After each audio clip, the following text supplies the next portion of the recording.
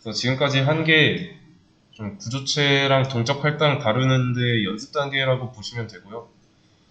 지금까지 한 걸 이용해서 이런 문제를 풀면 됩니다. 그래서 이 문제는 다음 시간에 할 거고요. 여기 있는 아래에 있는 알고리즘 문제 있죠? 몇 개 있는데 얘는 좀 방식이 다양해요.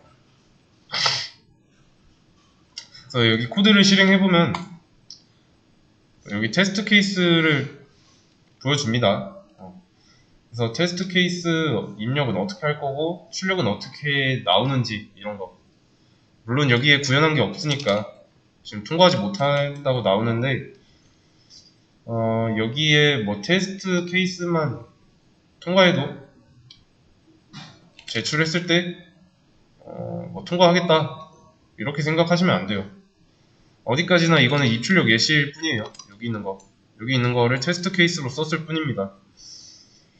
그래서 테스트 케이스는 여기서 직접 본인이 추가할 수 있고요. 대신에 추가할 때 조심해야 되는 게 어떻게 넣으면 이렇게 나와야 되겠다. 오차가 있으면 안 돼요. 없어야 돼요. 그래서 모든 테스트 케이스에 대응할 수 있도록 구현해야 되고요. 그래서 눈에 보이는 테스트 케이스만 통과하는 것도 안 됩니다. 그래서 문제에 있는 조건에 맞게 풀면 되고요. 그리고 푸는데 지장은 없을 거예요. 풀다 보면 이거 채점할 때 시간 제한도 있을 거고 메모리 제한도 있을 겁니다. 그거는 여기 채점 화면에 나오고요. 문제를 잘 보고 풀면 돼요. 대신 문제를 풀고 여기서 돌리는 게 아니라 그 코드업 할 때처럼 뭐 여기 리플이나 여기 있죠? VS 코드 여기로 가져와서 풀면 돼요. 거기서 돌리고 나서 그런 다음에 제출하면 됩니다. 그래서 일단은 이거는 잠깐 다 지우고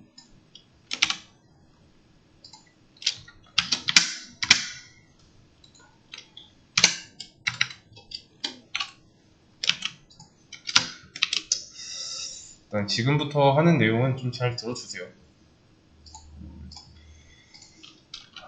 일단은 비고에 대한 내용을 알려드리겠습니다.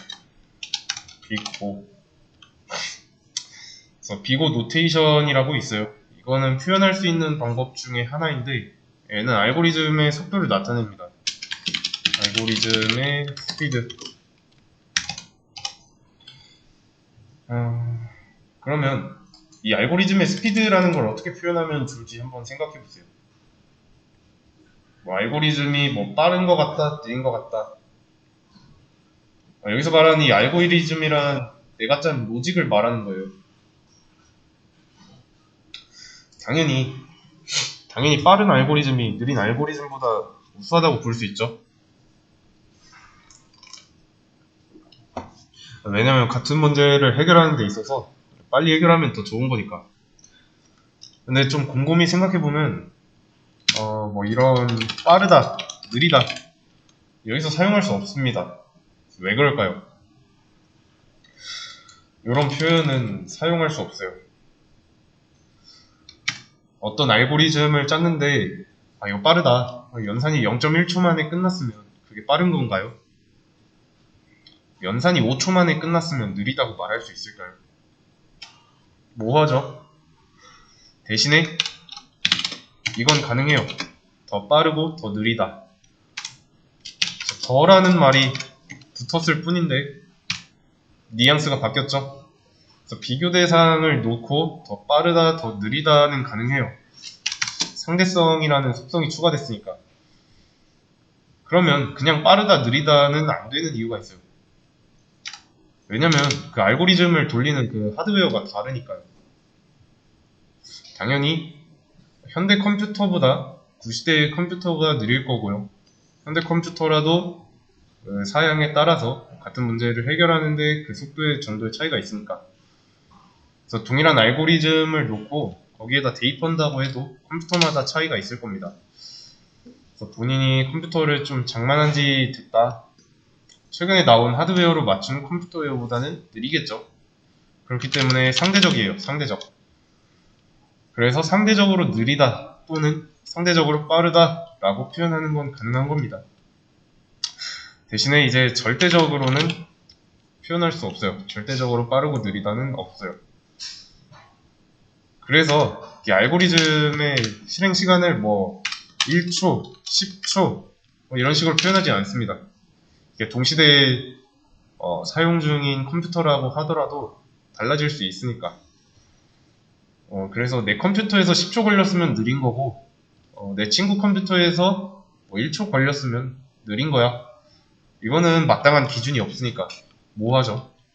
그래서 알고리즘의 스피드를 판단하는 기준은 이렇습니다. 완료까지 돌리는 절차의 수, 스텝 정도로 보시면 돼요. 그 단계인데, 저희 이 품은 설명할 때 스텝 줄여야 된다고 언급한 적 있죠? 그래서 그게 여기서 나온 겁니다. 같은 일을 하는데 한 5번만 연산하면 된다고 해보겠습니다. 5번. 같은 일을 하는 데 있어서 10번 일을 하는 게 있다면 5번 일을 하는 게 더 낫죠. 10번 연산하는 알고리즘보다는 5번 연산하는 알고리즘이 더 훌륭하다고 할 수 있습니다. 근데 알고리즘의 종류에 따라서 이걸 표현하는데 차이점이 있어요.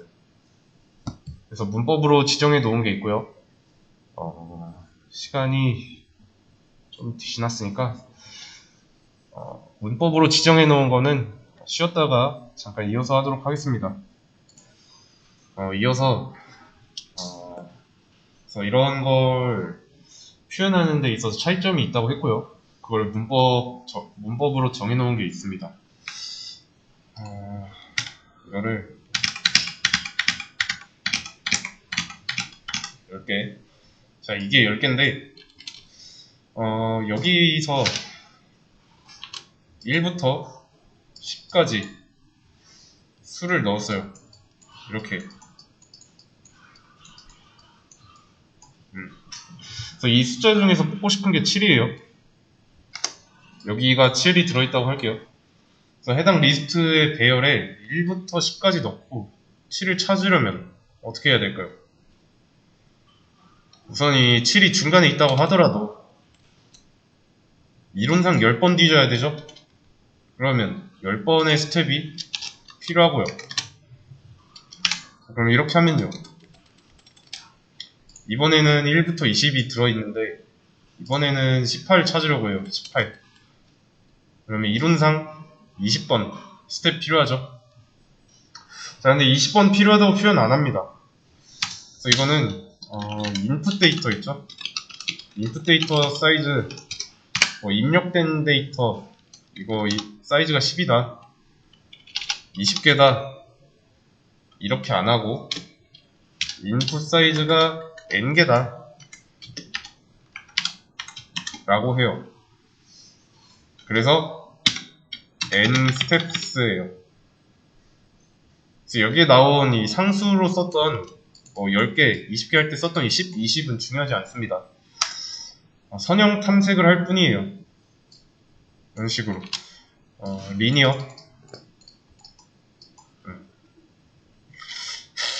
리니어 서칭 한 줄 탐색하는 거죠. 순회하는 거랑 같은 개념입니다. 전에 했던 거 포문으로 따지면 순회한다고 했죠. 순회하는 거랑 같은 개념이고 내가 가지고 있는 게 선형 구조고 인풋 사이즈가 n개면 n번 뒤져봐야 되는 거고요. 그래서 이거를 그래프로 조금 간략하게 나타내 보자면 이게 x축, y축이에요. x축이 데이터의 개수고 y축이 타임이에요. 걸린 시간. 자, 그러면 이게 원점이라고 했을 때 데이터의 개수가 늘어나면 시간도 늘어나겠죠? 자, 이때를 어떻게 표현하냐면 5의 n이라고 표현합니다. 데이터의 수가 많아질수록 시간이 오래 걸린다. 그래서 여기서 나타난 이 O를 빅 O라고 해요. 기울기가 일정하죠. 기울기가 일정한 그래프.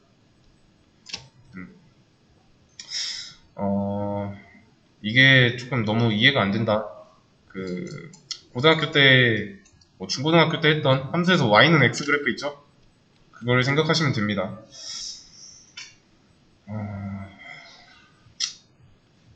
그래서 일정한 그래프가 나타나고요. 이거를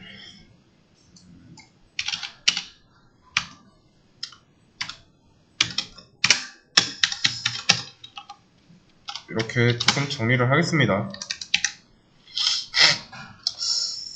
이거를 그냥 전체 화면으로 띄우고 하죠. 네. 그래서 여기까지 이해되시죠? 그래서 개발자라면 딱 보고 어떻게 탐색하고 얼마나 걸릴지가 나오는 겁니다. 그래서 얼만큼 걸리겠구나 라는 데서 나온 게 있는데, 그 개념이 시간 복잡도와 공간 복잡도예요.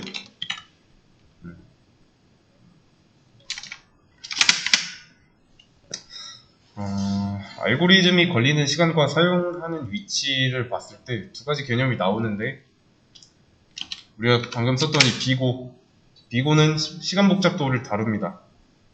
얼마나 걸리는 데에 있습니다. 그래서 일일이 테스트 안 해보고서 이거 지금 어떻게 표현할 수 있어? 이러면 지금 알고리즘은 그냥 어떻게 증가하겠구나 결론을 내릴 수 있는 거죠. 그래서 이걸 표현하는 방식이 비고인 거고, 이걸 시간 복잡도로 표현하면 이렇게 나타낼 수 있고요. 그렇기 때문에 이 해당 알고리즘이 끝나는데 얼마나 걸리는지 한눈에 알 수 있습니다. 그래서 데이터의 개수가 10개면 10번 할 거고, 20개면은 20번 할 거고요.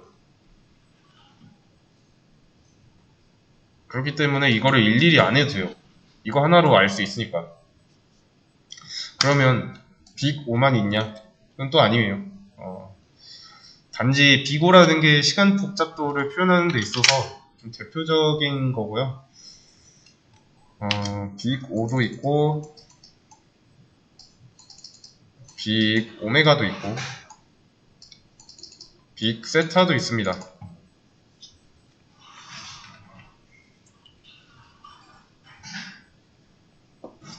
근데 이 오메가랑 세타는 잘 안 써요. 5랑 비교했을 때 효율성이 다릅니다. 그래서 이 빅5는 상한선을 기준으로 해요.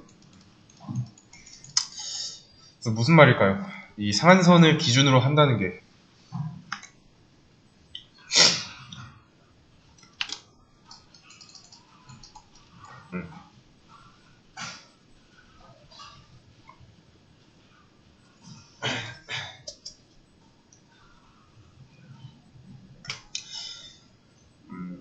한번 좀 잘 생각해 보세요. 실제로 여기서 데이터의 개수가 20개죠? 자, 20개인데, 아까처럼 18을 찾아야 돼요. 18. 그러면 18번 걸리는 거죠. 개수는 20개여도. 그래서 5n으로 쓰면 되고요. 만약에 1을 찾으려고 한다. 그러면 들어가자마자 찾는 건데도 20번 탐색합니다. 데이터의 개수가 n개니까. 왜냐면 20을 찾으려고 하는 걸 수도 있잖아요. 그러면 진짜로 20번 스텝 밟아야 되니까.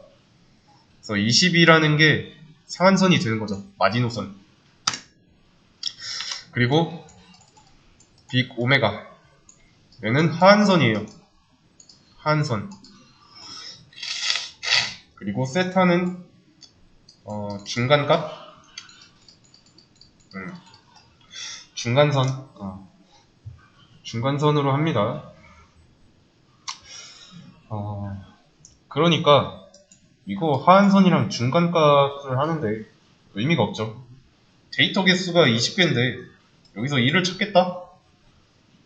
그걸 한 번에 끝낼 거야를 오메가는 표현하는데 20번 걸릴 수도 있는데 그렇게 되면 의미가 없죠. 그렇기 때문에 세타도 마찬가지로 의미가 없고요. 얘는 심지어 중간값이니까 20개인 상황에서는 10번쯤 걸릴걸? 이라고 합니다. 근데 실제로 찾으려는 거를 탐색하는데 걸리는 스텝이 20번일 수 있잖아요. 그렇기 때문에 쓰질 않아요. 이해되시죠?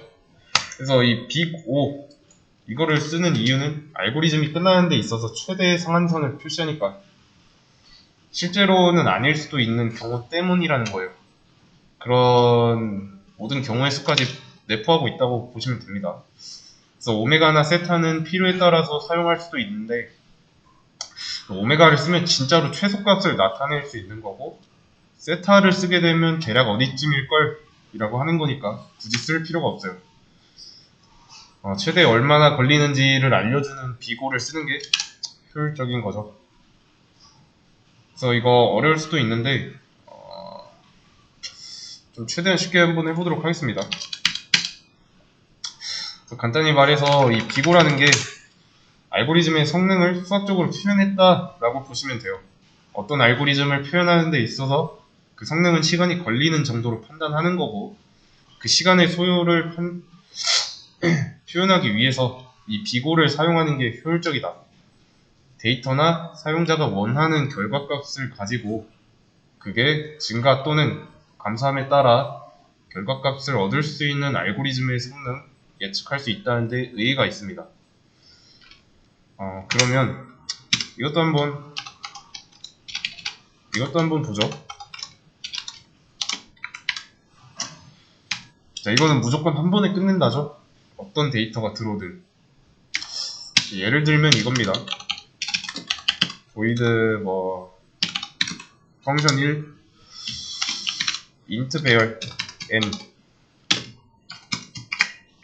자, 이런 함수가 있고, 자, int 배열이 4개 변수로 들어오는 함수예요. 메인 함수는 여기 밑에 있다고 가정할 거고, 그래서 리턴을 한다고 할게요.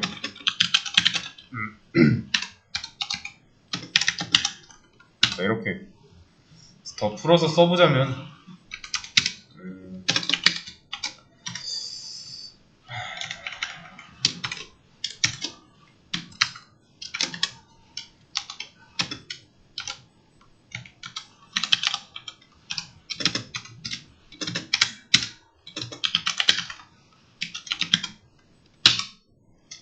이런 함수를 만들었어요.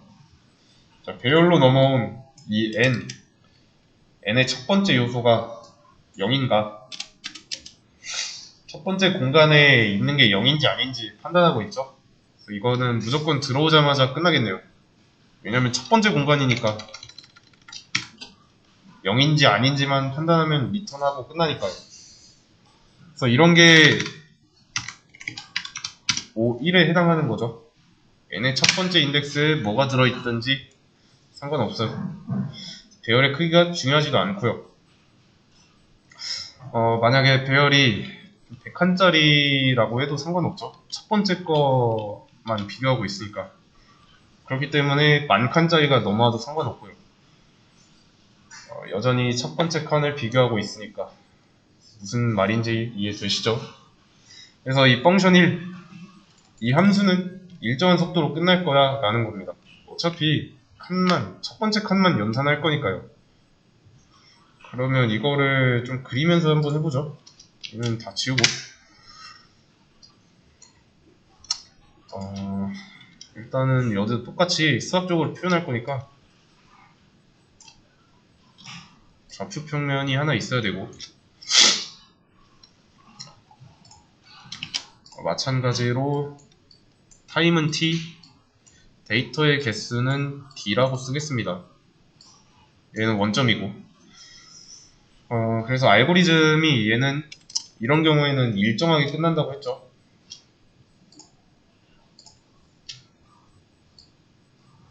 그러면 이렇게 그래프가 이렇게 되는 겁니다. 그래프 모양이. 그래서 얘를 5에 1이다. 이렇게 한 번에 끝난다는 거. 이 그래프 이해되시죠? 근데 여기서 두 번에 끝나는, 뭐 한 번에 끝나는 이렇게 표현을 했는데 여기서 이 상수는 중요하지 않아요. 일정하다는 게 중요한 겁니다. 그래프가 데이터의 개수가 많아지든 상관없이 끝나는 시간은 일정하다, 이게 중요해요. 그래서 여기 상수가 뭐 1이 됐든 2가 됐든 그건 중요하지 않습니다.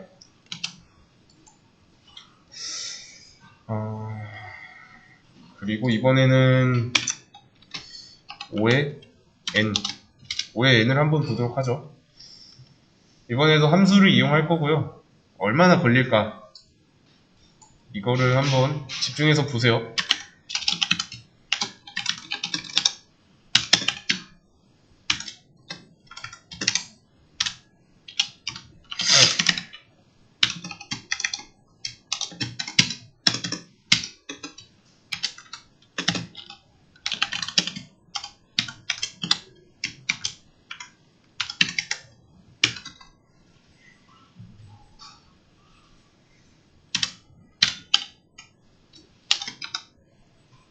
n의 i?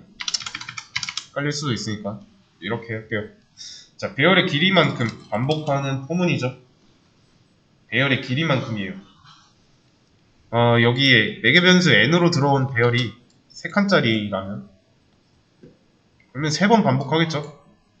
0부터 3이면 0, 1, 2니까 그러면 얘도 3번 출력할 거고요. 배열의 요소가 10개다. 그러면 10번 반복하니까 9죠? 10이 아니라. 출력도 10번 할 거고. 이런 게 입력받은 값이 많아지면 출력하는 이 결과값도 많아지니까 처리 시간도 길어지죠. 왜냐면 이 출력문 입장에서 봤을 때 넘어오는 배열의 크기에 따라서 실행하는 횟수가 달라지고 있으니까요. 이해되시죠?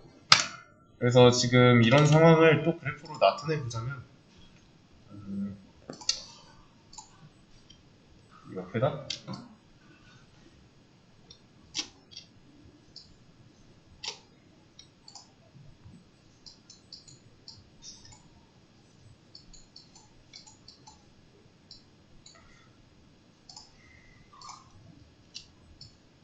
이렇게 되는 거예요. 얘는 5의 n,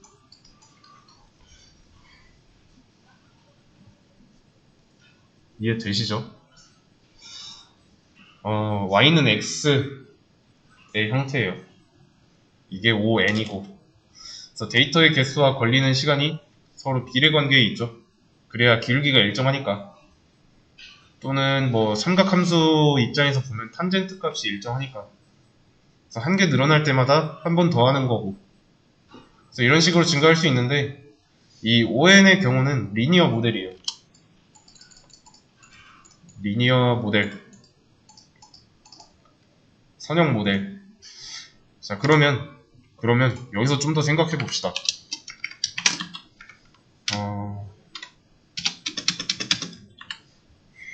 이거를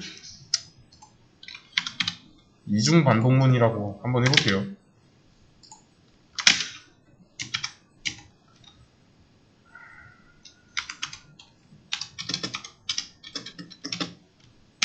자, 이렇게. 자, 이중 반복문으로 만들었어요. 자, 그러면 어떻게 표현할 수 있을까요? n으로 들어온 배열의 크기가 증가할 때를 한번 생각해 보세요. 자, 그러면 맨 처음에 들어온 배열의 크기가 1입니다. 1. 한 번만 반복하겠죠? 그러면 이거 한 번 반복하고 이거 한 번 반복하니까 1 곱하기 1이에요. 근데 크기가 2개짜리면 두 번씩 2번 반복하니까 2 곱하기 2죠. 3개면 3번씩 반복하는 걸 3번 반복하니까 3 곱하기 3이고 규칙 보이시죠? 그래서 이중 반복문은 이런 식으로 표현할 수 있습니다. 5의 n의 제곱, 제곱이라는 뜻입니다. 이거 하나 늘어날 때마다 제곱수만큼 늘어나고요. 이것도 그림으로 나타내 보자면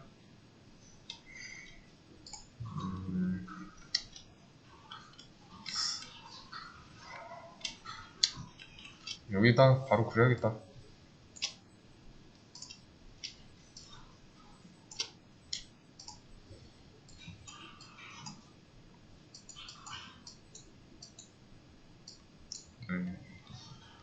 n의 제곱이니까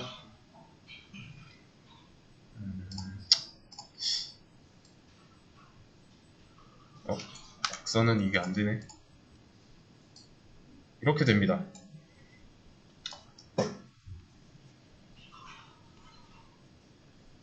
이해되시나요? 일단은 이건 너무 다시 설명드리자면 여기다가 좀 자세하게 세로 열고 설명을 드릴게요.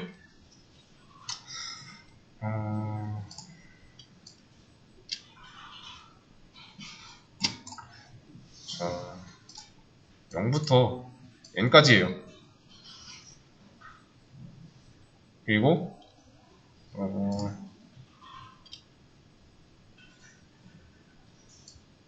마찬가지로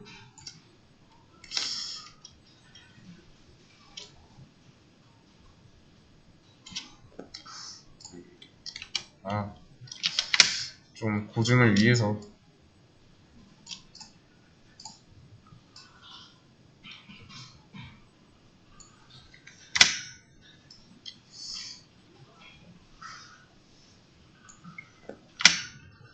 네, 이렇게 0부터 n까지고 마찬가지로 0부터 n까지예요.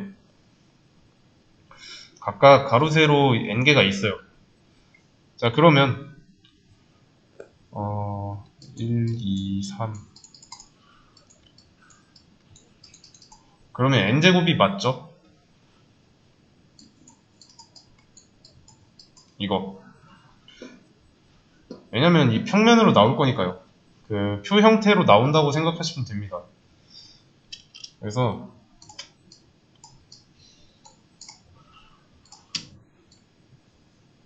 이런 식으로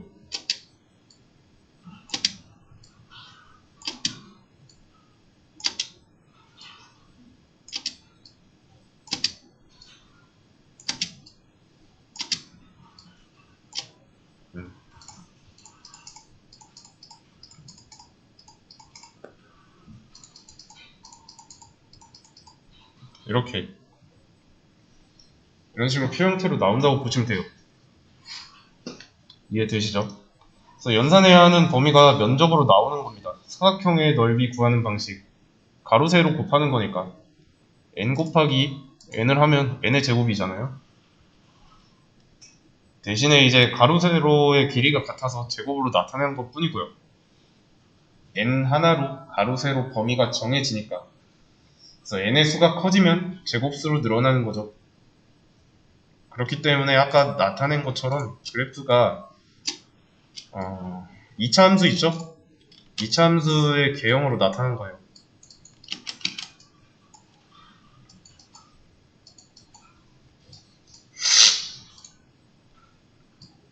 이렇게 얘가 5의 n이고요.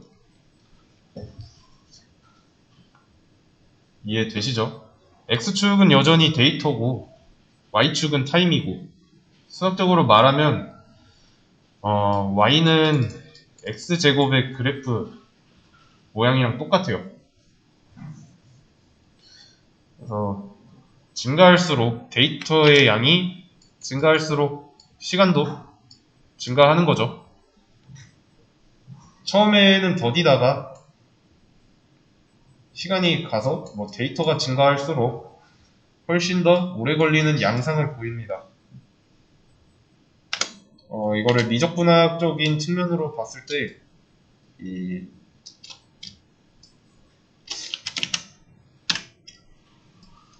한 점에 그래프에서 한 점에 대한 기울기 있죠?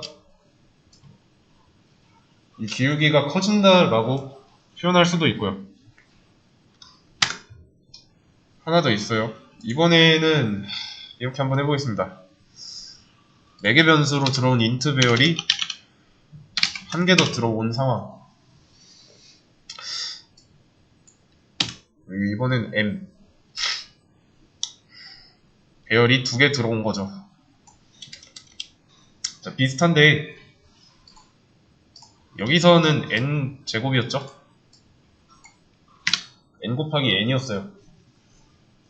근데 이런 경우면 n 곱하기 n이 아니라 n 곱하기 m이에요.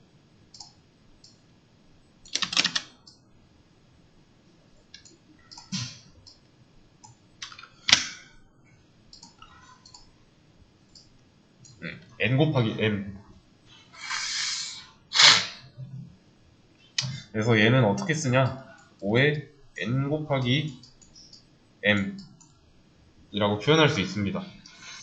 왜냐면 동일하게 들어온 이 배열의 개수가, 배열의 크기가 똑같지 않을 수가 있으니까.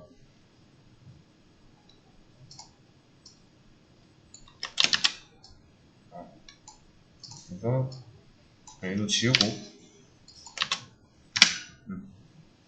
잠깐. 이거는 n의 제곱이라고 썼어야 되는데.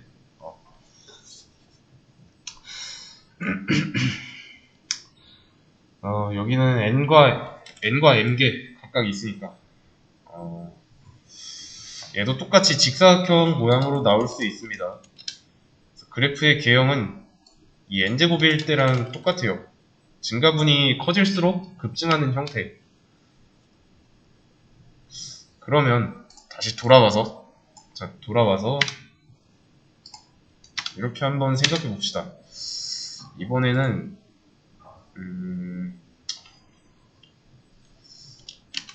이렇게 한번 해볼까요?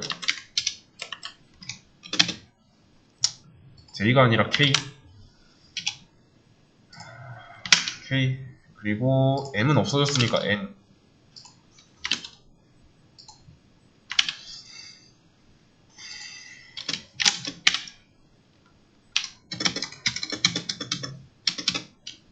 자, 이렇게 k로 할 건데 이것도 한번 생각해 보세요. 제가 이걸 보여드릴 테니까 일단은 이거는 지우고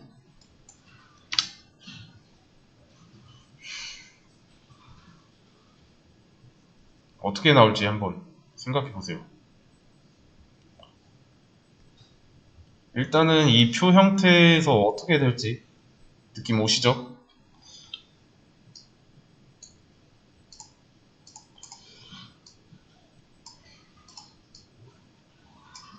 너무 크게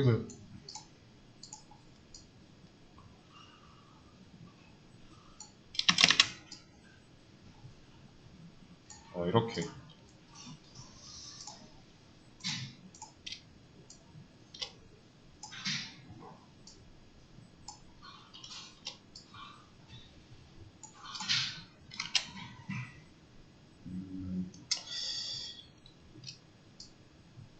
이런 게 겹겹이 쌓여 있는 형태예요.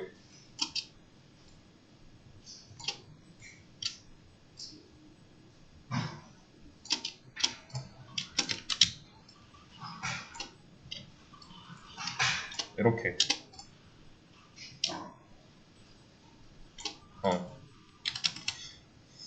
그래서 좀 더 자세하게 써보자면 n 그리고 n 여기가 n부터 여기는 n이 아니죠? 0이죠. 그리고 0부터 n까지, 그러니까 n개인 데이터, n 곱하기 n개인 데이터가 또 n개 겹겹이 쌓여 있는 겁니다. 입체가 되는 거죠.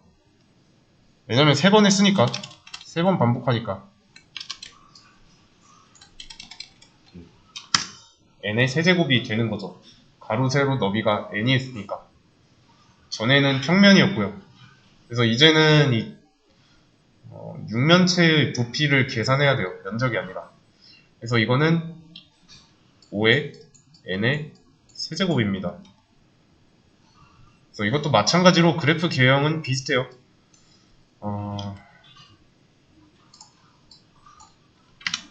얘는 어떻게 되냐면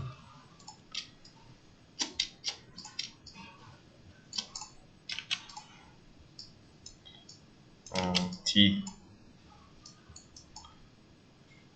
타임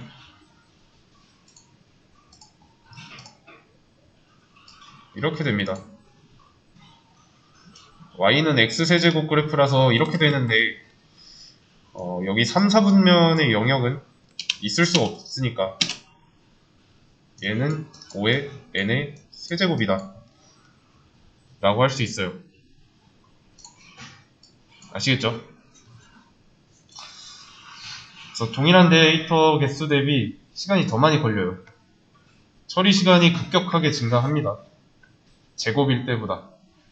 그래서 하나 증가할 때마다 1에서 2로 증가했으면 n제곱이면 1일 때는 4인데 세제곱이면 8로 되는 거니까 증가폭이 훨씬 큰 거죠. 입력받은 데이터 개수에 따라서 얼마나 걸릴지 표기한 것만 보고도 알 수 있습니다. 그래서 대략적으로 좀 이런 상황이 머릿속에 그려지죠. 그러면 다른 걸 한 번 더 봅시다. 이번에는 어떤 걸 할 거냐면 5의 2의 n제곱이에요. 이거는 그래프 내용이 그래프 모양 어떻게 나올지 한번 생각해 보세요. 그래서 수학적인 내용이기 때문에 모를 수도 있는데 괜찮습니다. 그래도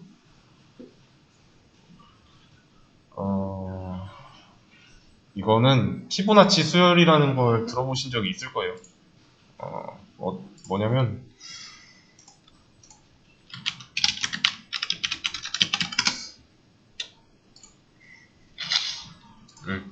자, 이런 그림인데 황금비 있어요. 이런 거. 이 그림만 보고서는 조금 헷갈릴 수도 있기 때문에 이걸로 보고 설명을 드릴게요. 사이즈가 굉장히 작네.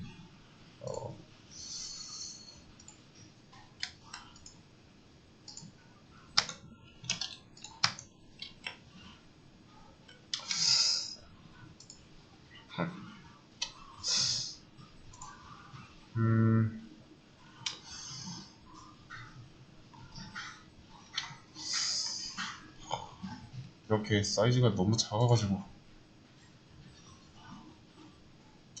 어쩔 수 없다. 이렇게 해야겠다.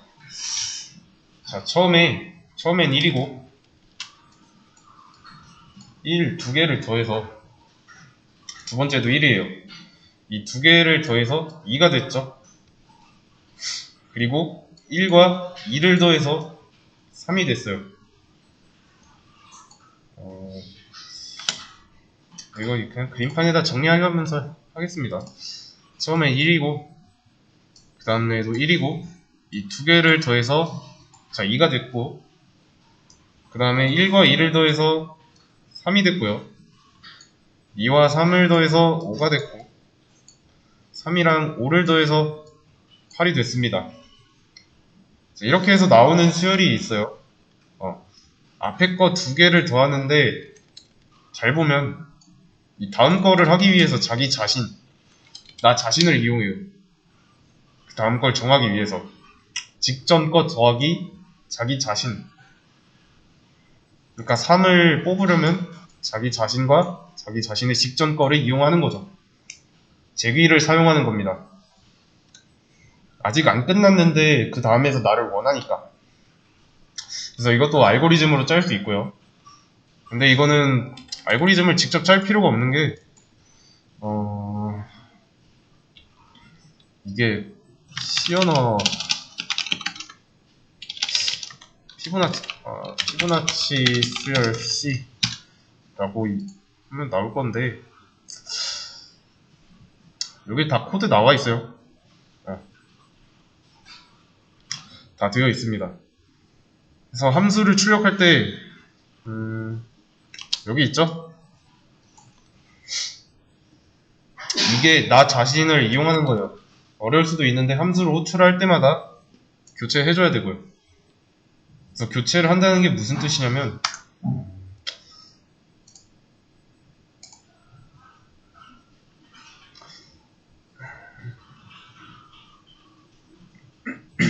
수학적으로 이렇게 표현합니다.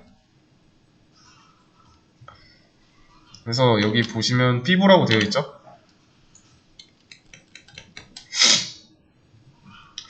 이 함수인데 이 함수의 위에는 메인 함수가 있어요. 그쵸? 그리고 이 피보안 보시면은 자기 자신을 또 쓰고 있고요. 함수 안에서. 그래서 전전 거랑 직전 거를 더해야 나오는 거고 나 자신을 이용해야 한다는 게 핵심입니다. 나를 실행하기 위해서 내가 필요하다. 이런 느낌으로 접근하시면 되고요. 이것도 직접 구현할 필요는 없습니다. 이거 말고도 트리 구조로 접근할 수 있어요. 매개 변수에 이번에는 매개 변수 n에 5가 들어있다고 할게요. 5가 들어있다고 할게요. 그러면 5, 4, 3, 3, 2, 2, 1. 이거를 그냥 그림판에다 쓰는 게 낫겠네.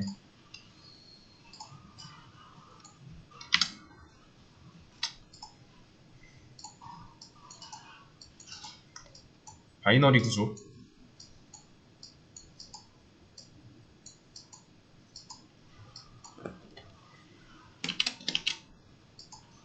이런 식으로. 이거를 이진트리 구조라고 합니다. 그래서 해당 층에서 직전 층을 원하는 거예요. 이렇게. 맨 위부터 맨 아래까지 트리라고 해요. 나무 모양이라서. 근데 보시면 이 가지가 두 개예요.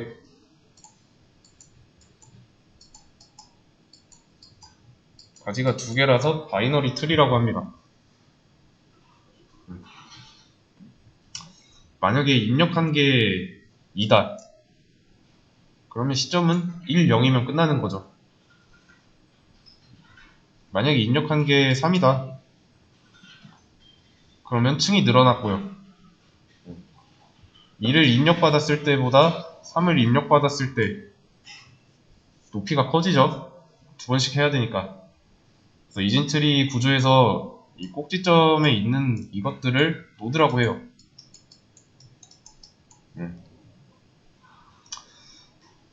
여기도 마찬가지로 얘네도 다 노드예요. 그래서 이거는 이렇게 표현할 수 있습니다.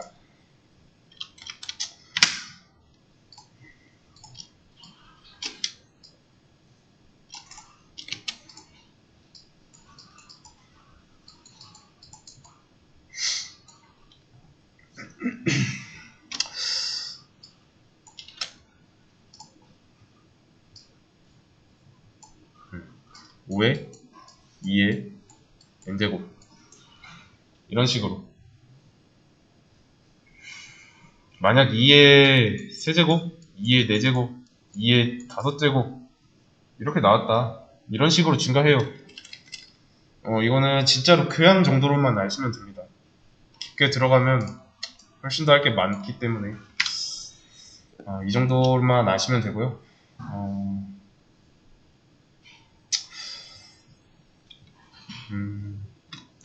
이거를 해야 되나? 그래서 이거는 진짜 이진 탐색에 쓰여요. 바이너리 서치.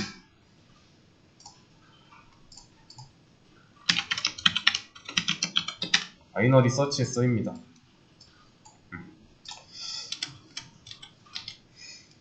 그래서 얘를 로그 n 간단히만 보자면 이런 거예요. 이렇게 9칸짜리 배열이 있는데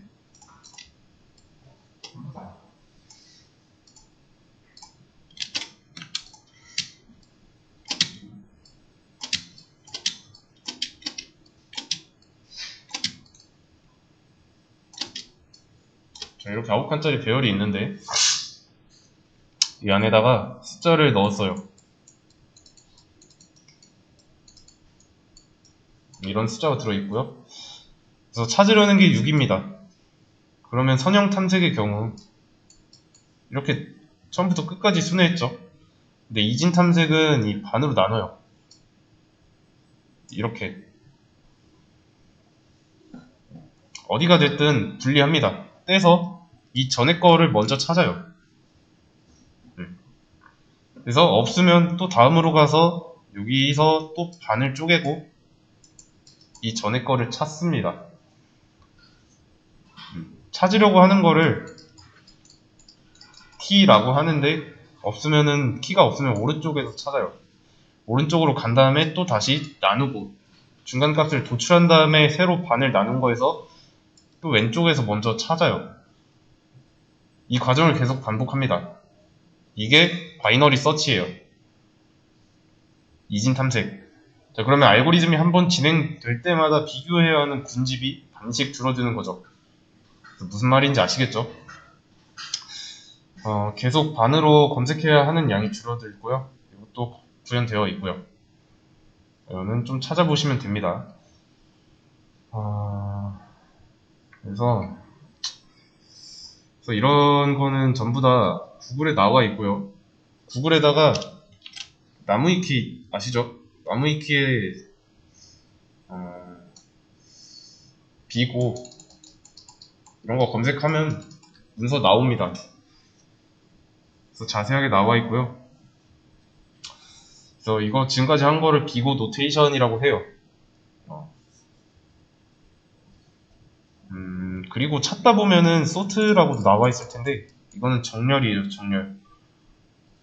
이것도 나무위키에 나와 있고요. 그래서 정렬을 할 건데 이 정렬에도 좀 방식이 되게 많고요. 정렬 알고리즘은 알고 있으면 좋습니다. 직접 하는 건 할 수 있으면 해보시고요. 데이터를 어떻게 다룰 것인가. 그리고 읽어볼 때 분석하려고 하지 말고요. 그냥 정렬되는 그 순서가 어떻게 되는지 그거를 한번 쭉 보세요. 그냥 이게 뭘까 하면서 왜 이렇게 되는 걸까 생각하면서 깊게 파고들면 좀 많이 어려워질 겁니다. 그래서 이걸 알고 있으면 좋은 이유는 같은 문제를 해결하더라도 스텝을 줄일 수 있으니까요. 그래서 특정 상황에서는 뭘 알고 있으면 좋겠는데가 되니까. 그래서 어떤 알고리즘을 해결하는데 뭐 5의 n 세제곱으로 해결했고 제출했는데 런타임 초과했대요. 그러면 처음에 세제곱이었으니까 제곱으로 바꿔볼까 해서 바꾸면 덜 걸리는 거죠. 그렇기 때문에 목적은 이런 데 있습니다. 그래서 이걸 알고 있으면 나중에 도움이 될 거예요. 그래서 수업 페이지에 알고리즘 문제 있죠? 이거. 그래서 어느 방식이 스텝이 더 적은지 비교해보는 것도 좋습니다. 그리고 이 문제는 반드시 풀어오시고요. 알고리즘 문제는 할 수 있는 만큼만 하시면 되겠습니다.